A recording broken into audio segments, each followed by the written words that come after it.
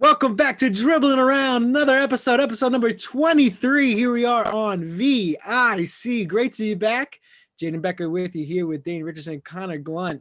We missed you. I know, I apologize. I wasn't there last show, but now I'm here, back, and I'm better than ever. And big news in the NBA, coaching being a big factor here in this offseason. A lot of different movements here and there. Usually I don't think we've seen this many coaching changes in an offseason in quite some time. But here we are, Stan Van Gundy going to the Pelicans. Obviously, huge news given the potential of that Pelicans team. And Bjorkgren, I believe that may be the correct way to say it. I might have to go phonetically there a little bit, but he finds his way to the Pacers. So, Dan, I'm going to start with you first here. What are you thinking about that Pelicans hire? Love this, because Stan Van Gundy, he had his good days in Orlando. He coached for Detroit. He coached for Miami, I think, before Orlando. But I see him more as a development type coach. I feel like he's good at developing young players. And what better to do that than with the New Orleans Pelicans? Not only do I think he can push Brandon Ingram over the top, and of course Zion, it's all dependent on his health, but I feel like he could make a guy like Josh Hart better, or a Nickeil Alexander-Walker, and especially Lonzo Ball. I get like maybe a Jason Kidd or a Steve Nash would be a better fit, but just listen to him on the TNT broadcast. He usually wasn't a color announcer, and obviously his brother Jeff might be hired by the Rockets. He's on ESPN. Like, he knows more he's forgotten more basketball than 99% of the world ever is going to know. So to be able to put that knowledge into a brain like Lonzo Ball, who actually does have a pretty high basketball IQ, if you take a look at some of the plays, I think that's going to push that team forward, and they could be a playoff team, maybe not next year, possibly next year. I mean, we thought they could make it this year, but the year after that, yeah. And again, big thing, health, but I love it. Yeah. Connor. Yeah, this is this isn't a win now move. It's a win at some point with this core move, because you mentioned it, Dan. This is a developmental hire, and so I'm also excited to see what he'll do with Jackson Hayes, because he looked promising in spurts last year too. So maybe we see a jump in his development just because of the use of the center. But yeah, this is really health, because we got Lonzo, we got Zion. Those are two huge health question marks. And obviously, Brandon Ingram, you're going to keep him as an RFA. Drew Holiday is not so sure, but yeah, I think this hire is good. It's obviously not going to push them over the top like next season. I think they should be a playoff team, or at least contend for maybe that 7 and 8 seed. But still, this is a good hire, maybe like 3-5 years down the road. That's kind of their window now to kind of groom that talent into championship contending talent. Yeah, I heard the word discipline being tossed around, like he'll be able to maybe discipline that young group, but that doesn't seem like it's a group that really has been needing discipline. Like, they've been playing at an elite, I wouldn't say elite, but they've been playing at a high level as such a young core.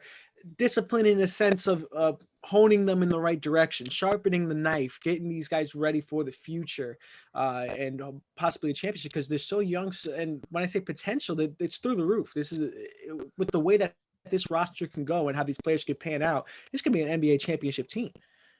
Obviously you say that now. You say you don't say that right now, but could be, given the potential of these players. Look at Zion Williams on the damn team. Anything can happen. So it's definitely a step in the right direction. And if worse comes to worse, at least you're developing these young players. You know what I'm saying? If worse comes to worse, where things aren't going the right way, at least you're getting these players developed in a basketball sense. So that's at least how I feel about the Pelicans. Moving on to the Pacers, Bjorkgren, obviously a big hire. The Pacers didn't have the postseason the playoff run that they really wanted at all. They obviously had a nice bubble run getting Warren in his action. But Connor, I'm going to come to you now. Do you think that this was the right move?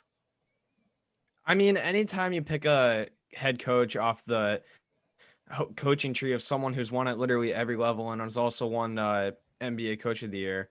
Bjorkgren coached with him in the G League, then coached against him in the G League championship, then coached with him to the NBA Finals. So this is obviously not a household name. No one really could have predicted this, just because how many times have we heard Nate Bjorkgren in the media news, in the news cycle before this hiring? Exactly, yeah. Dane, zero.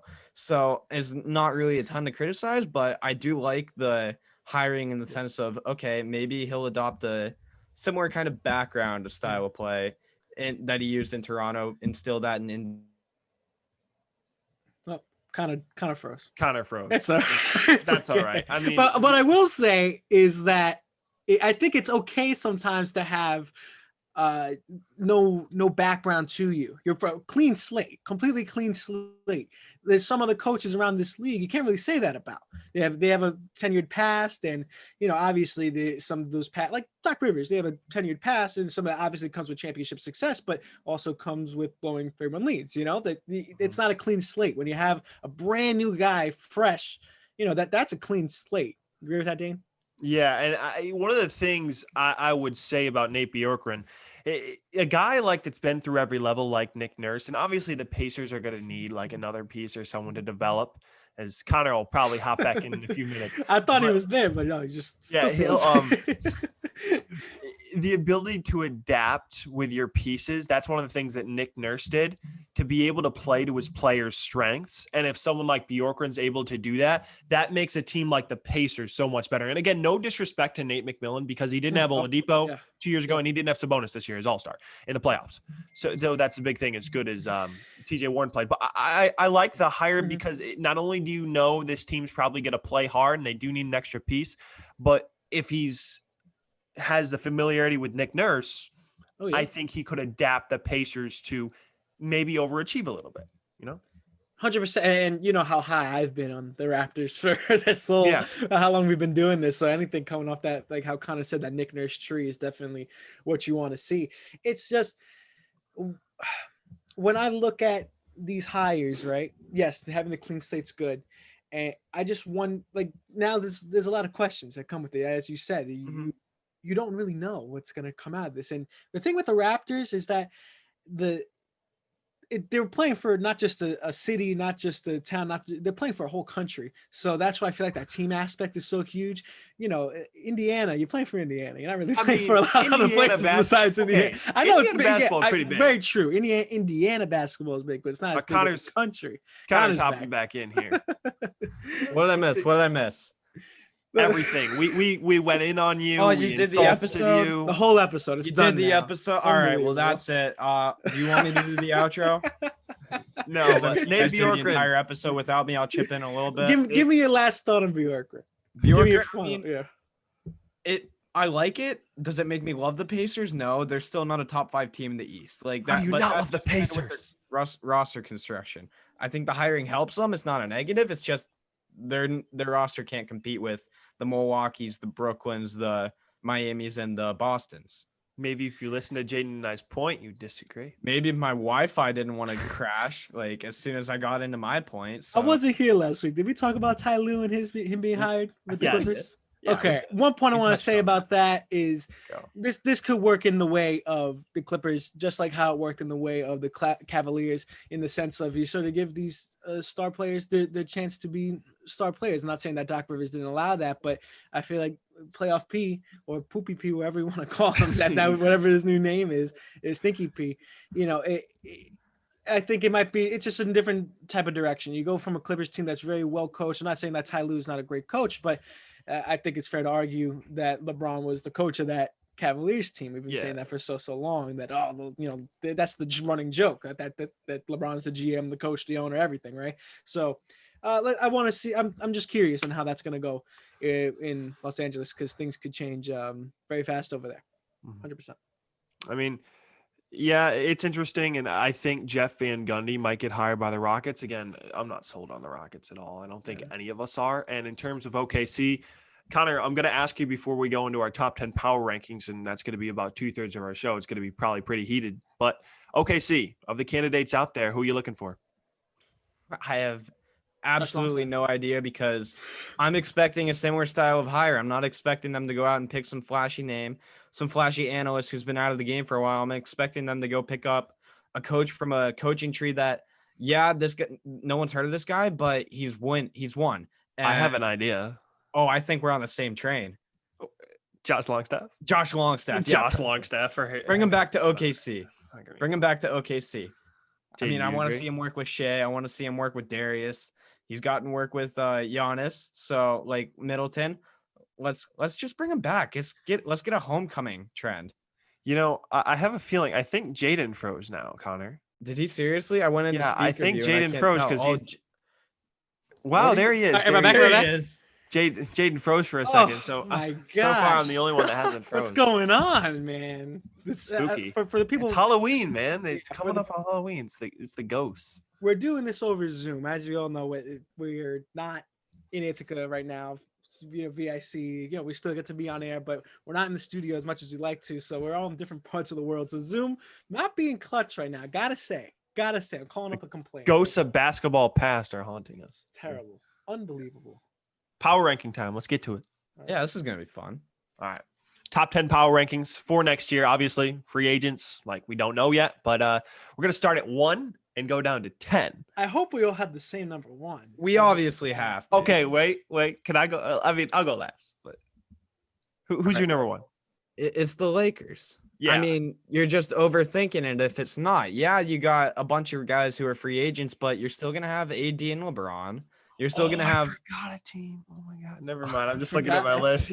I forgot a team. Oh, you're gonna kill me. You're still gonna have AD and LeBron. You're still gonna put enough pieces around them to be a top 3 team the entire season at minimum. This team has to be the favorite in the West and the title favorite overall until we see either a drastic drop off, or B, someone who's below them obviously steps up big for more than just like a couple weeks, like an actual month, and proves themselves to be better. But it's going to take a lot to knock the Lakers off the number 1 seed, and I can't do it now in the offseason. Yeah, it's going to be a lot. I do have the Lakers also at number 1, just given that they have the two of the top 5 players I don't want to get yelled at. So like 2 of the top 5 players in the NBA. I do have the Lakers at number 1. And I think that just puts them head over heels over everybody just because of that fact on itself. And then you add on how deep that they sometimes are able to go. We've seen this season, but I think we could separate the regular season from the bubble and that type of season. Pretty much the second half of the season that we had. We saw that we were able to grow deeper, especially in the playoffs. The team really came together in the playoffs. So I'll give them to the Lakers number 1 without a shadow of a doubt. Here's where I think it gets interesting. At number 2. Are you just here? Hold on. I want to ask you something because I mentioned that like they have a ton of free agents and we didn't really talk about it the last couple of episodes. But I think there's like 4 main ones off the top of my head. You got KCP, Rondo, Howard, and Morris. Am I missing any like big ones who got minutes in the playoffs? I don't think I am. No. So if you could pick 1 or 2 out of those 4 that you could only bring back, who would you pick? KCP and Rondo. That's where I would go with. I feel like we can get another big, like maybe because Dwight Howard obviously, like I don't want to lose. You him, still got JaVale. Yeah. So like I would pick those 2.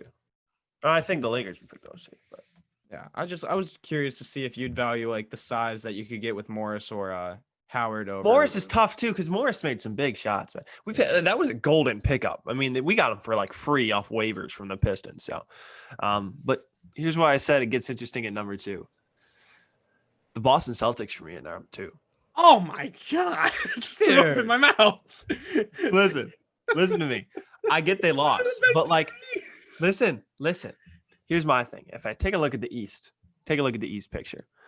The Heat, I think, overachieved this year as great as they were, and they're still going to be near top of my rankings. I don't think you don't know about Dragic. You take a look. The Bucks don't really have anybody right now.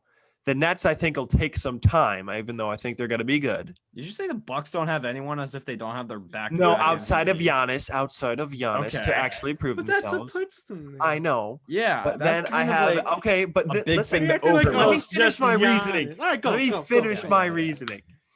The Raptors have some key free agents, Jason Tatum and Jaylen Brown. From what we've seen, this trend lately, they're 2 of the most up and coming young stars in the league. They play good defense. I think they're going to sign Marcus Smart. And listen, the Heat played phenomenal. But like I said, I think the Celtics are going to win the East next year. I said that a couple episodes ago, or last episode. I think the Celtics are going to win the East. I really like them. All right. Well, I kept the Eastern Conference champion, the team that beat the Celtics, at number 2. I put Miami at number 2 just because I view it as they didn't lose anybody yet, just because it's like early in the offseason. Like no moves have been made. They're the best team in the East. That, I mean, if they didn't go through Milwaukee, I might factor that into like dropping them a little bit. But no, they went through Milwaukee. They went through Boston. And then obviously they took the Lakers to 6 that no other team in the Western Conference could do. So, yeah, and I agree with you that I think they overachieved and they aren't going to be my pick to win the East next year. But I'm just kind of looking at this like going out of this season, going into this season, just like overlooking the whole. Obviously, I'm not going to predict the offseason just to make power rankings, but no, I'm going to pick them at number 2. I do give Boston some credit. Like in my rankings, a little bit lower. I'm just not as high as you on them. Jayden, you have a different number 2. I have the Bucks.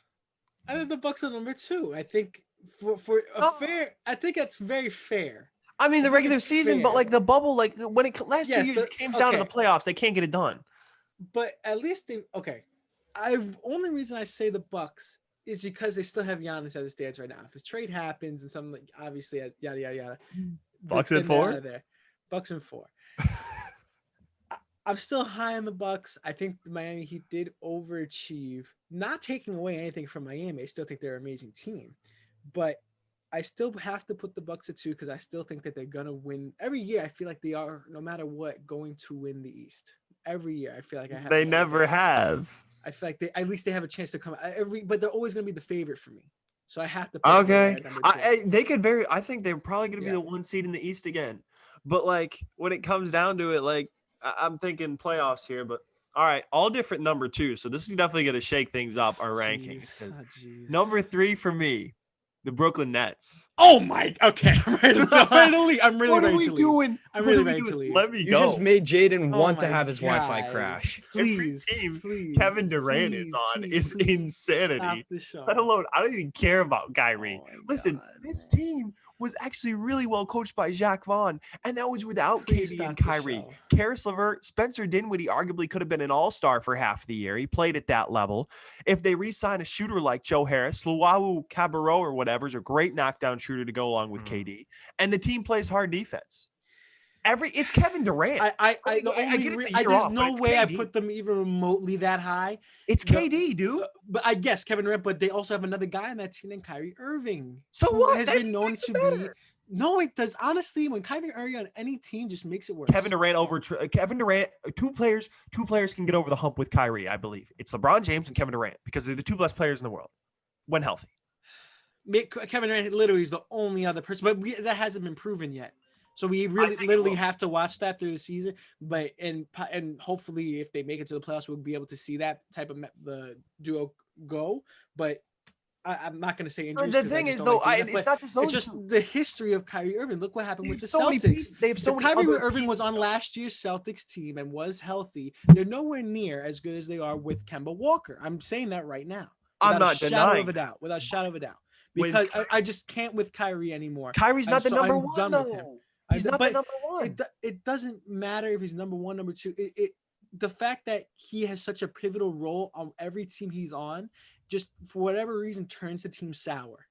I get it. I'm a big Kyrie hater. But I know you are. And I hate to say that because I don't really like doing that to a lot of people, but it's just just look at the history of what's happened with him. You know, he wanted to get out of Cleveland so fast for whatever reason to leave possibly the greatest player to ever touch the basketball court just so he could have his own team. And what happens when he has his own team? Look what he does with the Celtics. It turns into mush when it could have been something great very early on with Tatum playing very good as a rookie. And here's one thing. Hold on. I just don't get I'm not taking anything away from his talent and his ball handling skills, but it's something when it comes to team chemistry that turns me off to him.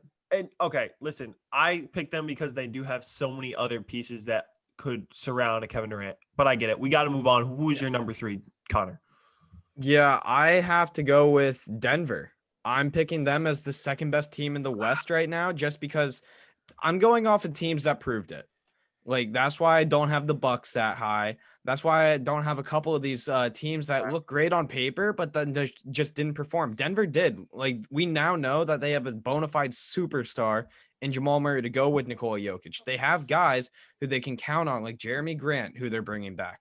Like, Michael Porter Jr., who is growing and coming back, Gary Harris, you name them. They have guys who can go out and get buckets and get their elbows dirty whenever they want, whenever it's on Jamal Murray and Jokic to go get a bucket or make a stop.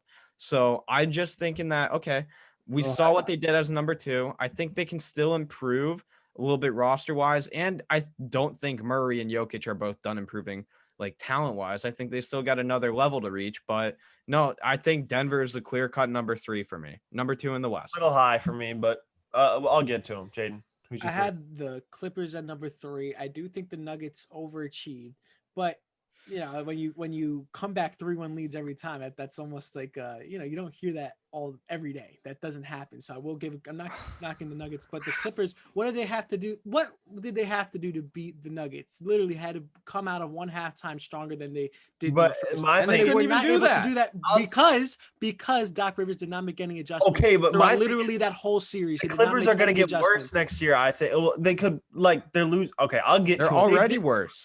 They did not make any adjustments. I feel like they got rid of the mole. That I wouldn't call him a mole, but they got rid of what the problem was in that postseason, which I think was Doc Rivers, because Paul George is still under contract. So I had the Clippers at 3. I had the Clippers. Paul George is still under contract.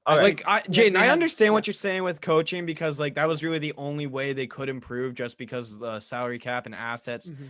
But Paul George is still on that roster. Like, it's Kawhi Leonard's team. I'm not saying no one else. There's not enough help. We know. Man. Game 7. We don't know if there's enough help anymore. And like, George proved himself not to be. I'm not saying even Kawhi perfect. Yeah. Did I not say that? Did I not say? I was the one that called that Kawhi wasn't going to come in clutch when he really needed to. But when it's fair to say, when Kawhi is on, he's the best player in the world. Funny how this is going. It's very funny how this is very funny how this is going. Right. But we got to move on to number 4. I'm not going to talk much about them because Connor, you already did. Number 4, I do have Miami. I think they're a fantastic team. I still think they're going to be good. Connor, who's your laughing about? Connor is one team that's not in the rankings that's supposedly supposed to shock me, but go with your number 4. If it's someone we already kind of talked about, then we can kind of just keep moving. No, it isn't. It's a new team, the Golden State Warriors. I have them at 4. Oh, no. And I know I just said that, like, I'm basing mine off of, like, what happened last season, but obviously we didn't see the Warriors at full strength. Now we're getting the 2 best shooters in the league back at full strength. We got a versatile defensive forward who can chip in offensively in a reserved role that if he's like who is off the bench for the Warriors? Well, no, I'm really need that deep of a bench if you're 5. If you're 1 through 5 is good, you're good. Okay, listen. And then we got whatever the number 2 pick is going to be, whether that's a pick and James Wiseman, like the next Tim Duncan, according to Jayden. Jesus. Or we can, or you trade it away and get a player who's definitely going to help you now. Like if they get Embiid, then all right. I'm not saying they're getting Embiid. I'm just saying, like, even without that number 2 pick and you just have Steph, Clay, Draymond, Wiggins, that's a very scary top 4. All right. I'll get to my point of why they're lower because we got to keep moving. We have about 7 minutes left. But Jayden, who's your 4? Also the Warriors. So Connor stole my thunder there. And that I was smiling because I thought I was going to get yelled at for that. But hey, I had the Warriors for every reason Connor said, because we worked on researching why the Warriors are the scariest team in the NBA for a reason. And the key word is scariest, not the best, the scariest. I just want to make sure that that's fair. But they're literally are getting every player back. It's a rising from the dead story. They're getting everybody back that they could. I know coming off an injury could be an issue, but a lot of these injuries that we've seen a lot of players be able to bounce back from. So if they get that big, that I think it will be a generational change for them, because that's what they needed all along. Really, they've been playing Draymond at the 5, and that's not what Draymond does. Draymond's not a 5. But their small ball lineup works. It works, but it worked with KD. I don't think it's going to work now without. I think if they get that big, that they're able to put in the paint, grab those boards when they need to, go down low when they need to. That is an effective score. And I want an elite scorer down low. And that's why I'm saying draft high in the draft. And you have him for a long time, stay young. I think you cannot go wrong with that. You cannot go wrong. Got to move on to 5. I have Denver. Connor already talked about him. I have Denver. So Connor, who's your 5? I've got Milwaukee. I downgraded them just because they choked. It kind of interesting. I had them ahead of Boston. It's just I feel more confident in Milwaukee going into next season than Boston. Boston seems more like a risky, like, okay, I'm not sold on Boston yet being better than Milwaukee. So Milwaukee just has Giannis, and I think they're definitely going to make a big change this offseason that makes them a significantly different and better team. All right. Jayden, you're 5. I also have the Denver out of the Nuggets. Okay. So I think the All right. right, Moving on to perfect spot. Wait, on to Jane, have you said 6. Miami yet? Yeah, I said Miami at 4. I No, haven't said Jayden. Miami yet. Oh, geez. All right. 6 for me. The Clippers. Listen, I think they might lose Montrezl Harrell, but again, that they still have star power. I don't know if they're going to get better or worse. I was very high on them. I picked them to win the championship. Still think they're a fantastic team. They play good defense. They just cohesiveness, chemistry. Do they still have a chance to put it together? Yes. Connor already talked about them. Connor, number 6 for you. I have Boston, and I already talked about it. Like, this team has potential. They just need to prove it. And I guess they did do it somewhat, coming 2 games away from the finals, but I want to see them get further over that hump. And with more competition in the East now, they're definitely going to be tested stronger than they were in the last couple of years. So I'm looking forward to see how they do. 6 for you, Jayden. Now I got Miami. So this is where I put. I think it's a T5. That's how I would say. All right. I'm tying the Okay. Nuggets and the That's the fair. Heat because they both overachieved in the playoffs. But once again, when you say overachieved, it sort of makes it like down, like looking down on them. Really not. I think they play awesome basketball, and we see what their potential is and what they could be as teams. But I don't think they can play at that high level at all times. I think that they both went on great runs. I just gave the Nuggets because they literally came back 3-1. How many times? 3 times. So I just gave them that little edge. But it's like a T5. It's a tie. I will 7. say this is where my list starts to get interesting right All here right. at 7. 7 for me is Milwaukee. I ranked them low. That's kind of low. That's Listen, kind of low. It is low, but listen, I have them I at think 2. they're No, I going to they might even understand get it. the 1 seed in the East until it's all depending on free agency. Get some help around Giannis because if they don't, they're not going anywhere. Because Brooklyn's better, Boston's better. Like, what are we I do doing not here? think Brooklyn's better. I think I don't. Boston has a chance. Those are 2 questionable statements right there. Jayden hasn't ranked Brooklyn or Boston in his top 6, and I had them at 2 and 3. But Connor, you're 7. My 7 is Dallas. We saw them. Yes. We saw them scare the Clippers in the Yes. first round, and I honestly think that they could have won it if, like, say, refs weren't total BS in game 1 and KP stays healthy, because we saw Luka like legit carry them, I think, to 2 wins. So imagine if, like, okay, we don't have to go up against the refs. We have our full roster. Like, that team might have beaten the Clippers in the first round. And now that they're healthy, they're probably adding some more help. I like Dallas as my sleeper West team. Okay. Hey, they're in my rankings. I'll give you that. Jayden, who's number 7 for you? Number 7, I had the Celtics. So Okay. where you guys had them so high, I had them, I feel like, back down to earth. I think you have them where I had them at 6. where they're well, Dane, where you have them where where their potential could take them. I like the Celtics a lot. I think they're a very well-rounded team, and I think they're only going to get better. I think they're only going to be able to go up from here. That they can shoot up to number 2, no problem. I have no problem saying that, but I want to see how they play throughout the full regular season. Now, after seeing what potential they have, with that we saw during the playoffs after going through the Raptors. Number 8 for me, Dominated the Connor. Sixers, yeah. Number 8 for me. Connor just talked about it. Dallas. I do have Dallas at number 8. I agree with him. I think Luka is favorite for MVP next year. No disrespect to Giannis or LeBron or anybody else, but yeah, with KP, they have the weapons. They have shooters, Tim Hardaway, Seth Curry. That's a good offense. Definitely need to improve on the defensive end and closing out games. That was a big problem for Dallas. But Mavericks at 8. Connor, who's your 8?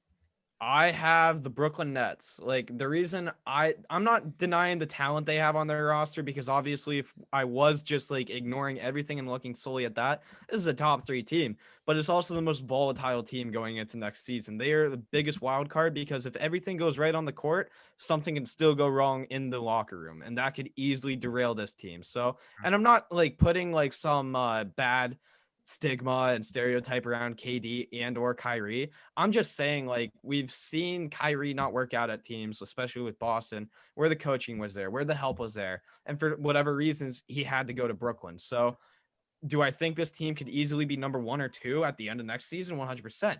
Could I see this team falling out of the top 10? Just as easily. Yeah. Jayden, you're 8. I know we're running short on time, so I'm gonna be quick. I'm gonna say the Mavericks. I think they're going to, once again, just like the Celtics, have them in the same boat, getting nothing but better. And obviously, Luka Doncic has the potential of being the MVP. I'll give him 1 more year, and then he gets the MVP. I don't think this year. I think 1 more year, he gets it without a shadow of a doubt. Got to go quickly through 9 and 10. 9, I have the Warriors, frankly, because, listen, I'm going to stick by this. The Warriors, when they won their first championship, why did they win? They won obviously because Steph Curry was MVP. They had Clay and Draymond, but they won because they had so much depth. Like they had so Strength in many guys to numbers, come off the baby. bench.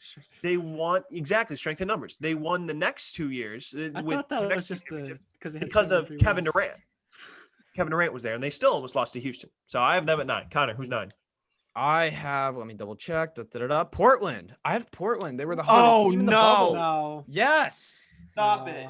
I have Portland. Not that that's bad. It's just that I think the Trailblazers are the perfect honorable mention team. I don't think I had them at 9, so that's like so close to being on them where? 13. I have them at 13. I think they're the perfect number 11.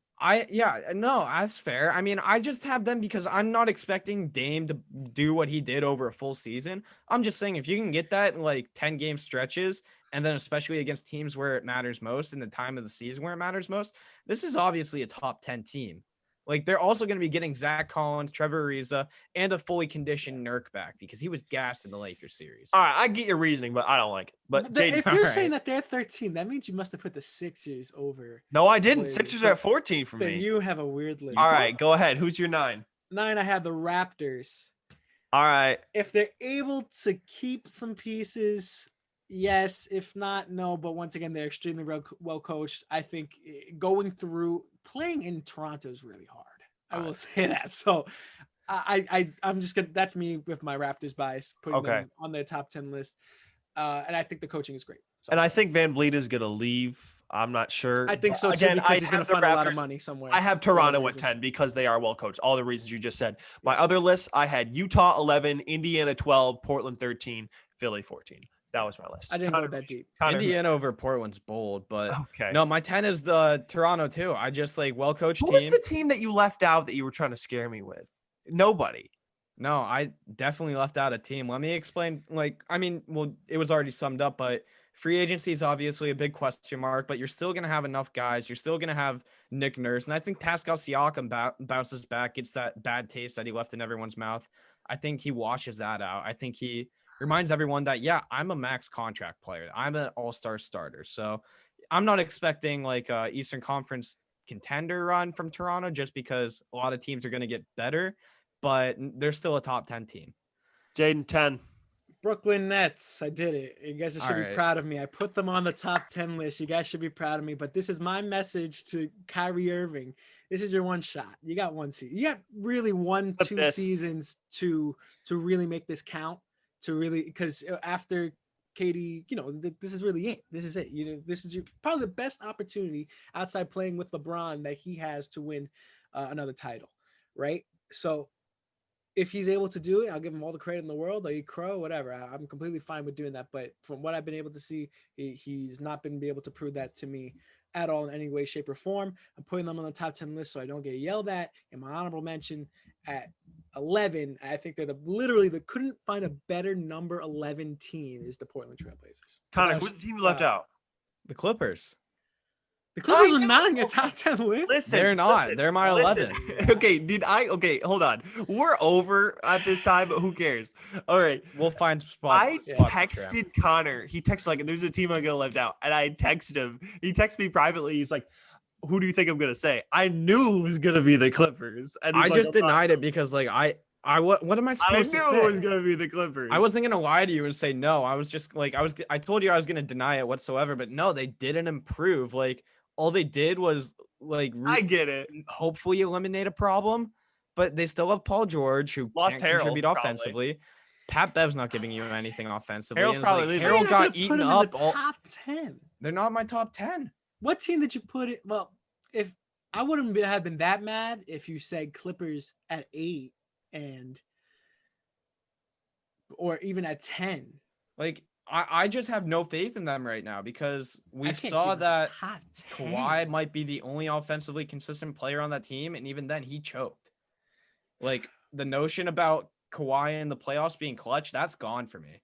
Like I would not say it's gone. No, it's very tucked away in the back of the head. Oh my God. 1 year, dude. How are you going to make me talk about that? Like about Kawhi, I'm just saying, like what did they do to improve? Like all they did was fire Doc Rivers and hope that Ty Lue can do something different. Listen, which I was always advocating for Ty Lue to get hired, so I might sound like a hypocrite, but This team blew a 3-1 lead to everyone who we thought they were going to beat in like 5 games. The Mavericks pushed them to 6 whenever not fully healthy. Like, they're frauds. They I are the wouldn't call them a definition of a fraud. fraud So are you. team. No. I wouldn't call them a fraud. They're a fraud not team. Now. Not now. I What? don't think Okay, that's so right. if they're a fraud team, are you discounting what the Nuggets did? No, I'm not. I'm just saying like they are. No. They're They're not bad. who we thought they were. And I'm No, giving they the thought Nuggets they all the were. credit in the world. I'm just saying like the Nuggets pushed them down. Like not that like I'm not discrediting what the Nuggets did. Like the Nuggets just pushed themselves up using them. You know what I'm Alright. saying? So Yeah. like they knocked the Clippers down in the same set. Like I think in the same they match. did what they needed to do. They got rid of Doc Rivers. Not saying that Doc They Rivers. didn't get was rid a of Paul terrible George. coach. Yeah, Connor's just got a vendetta. You know what they should do? They should call up Sam Presti and offer Paul George for like Shai Gilgeous-Alexander, Danilo Gallinari, the rights to sign Danilo Gallinari, and maybe like I don't know 5 first-round picks. That might Wait, get the job done. Did that already happen? 5. Oh, wait a minute. Yeah, it did. Wow. That's Wow, such a darn. If only they had all those assets back. All right. That'll wrap up Dribbling Around episode job, 23. Tune in next week, episode 24. Might do something with the GOAT soon. Not sure. I mean, LeBron doesn't. Won't. Hey, I there's don't an wait. We argument didn't do it for to be number made. 23, which is kind of surprising, but Listen, we don't have to be so generic. like that. 106. yeah, we are not a Let me cookie get back to cutter number show. 6. Not a- We'll do it. Not a cookie cutter show. I mean, yeah, hopefully we'll have a guest on in a couple weeks. Stay tuned. What else we got? College basketball season's coming up. I know you guys are both super excited and know a ton about all the teams coming up this year. Who do you think's going to win the national championship? Quick prediction. Duke. No. Jayden, what about you? Gonna say. Say it. What do you want me to say? Come on. Who's the team we love to say? Penn Oh, State, Creighton. baby. Great. There we go. I was waiting for Creighton. Jayden. Great, we can say. Who else do we like to say? We like to say Iowa State. Right? Is Iowa State? I don't know. I think Wasn't it's it like Iowa a State. big Iowa Kansas State. show, like a big Jayhawks The show? Warhawks and the damn, what was the other team? Oh, Illinois. I like to say Illinois a lot because my boy Kofi Coburn. Oh, I Christ the thought King you were going to legend. say Saucemaster Flex. Oh, Sauce the Flex also, yeah, because he's from. Illinois. Hughes is winning it all. Mark it No. down. All right. No. Might go to another game if we can, but probably not. All right, That'll be wraps up Dribbling Around episode 23. Tune in for episode 24. Might do something on Kobe, college basketball, NBA, you name it, maybe draft coming up. But thanks for listening in. Keep tuning into our YouTube page. Subscribe, follow us on social media. Jayden Becker, Connor Gillette, Dane Richardson. Peace out.